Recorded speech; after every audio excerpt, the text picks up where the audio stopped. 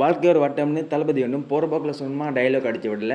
அதை உண்மைன்னு ரியல் லைஃப்பில் கூட நிரூபித்து காட்டியிருக்காரு. அப்படி என்னாச்சுன்னா, கேரளாவில் நடந்த பெரிய பிரச்சனைக்கு அப்புறமா தளபதி விஜய் சிபிஐ மீட்டிங்காக ஒரு 3 மந்த்ஸுக்கு முன்னாடி போயிருந்தார். அண்ட் அதுக்கப்புறமா இப்போ 2 டேஸுக்கு அப்புறமா மறுபடியும் போயிருக்காரு. அண்ட் அப்போ போன விஷயம் வேறு, இப்போ போன விஷயம் வேறு. அப்போ தளபதியாக போனவர் இப்போ தமிழக முதல்வரை பிரதமர் மோடியை சந்திக்க போயிருக்காரு. வளர்ச்சின்னா இதுதான் உண்மையான வளர்ச்சி.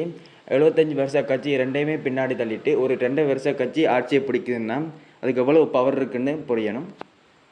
தளபதி சிஎம் ஆகிறதுக்கு முன்னாடி எத்தனை விமர்சனங்கள், தளபதியை பல விமர்சனங்களுக்கு உள்ளாக்கினாங்க, தளபதி அசிங்கப்படுத்தினாங்க. ஸோ இப்போ அந்தளவு விமர்சனங்களை பண்ணவங்களும் தளபதிக்கு சப்போர்ட்டாக நிற்கிறாங்க.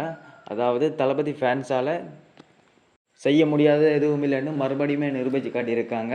இப்போ கூட பல ஹேட்டர்ஸ் கதறிட்டு தான் இருக்காங்க. ஸோ அதை நம்ம காதலே வெளுத்தக்கூடாது.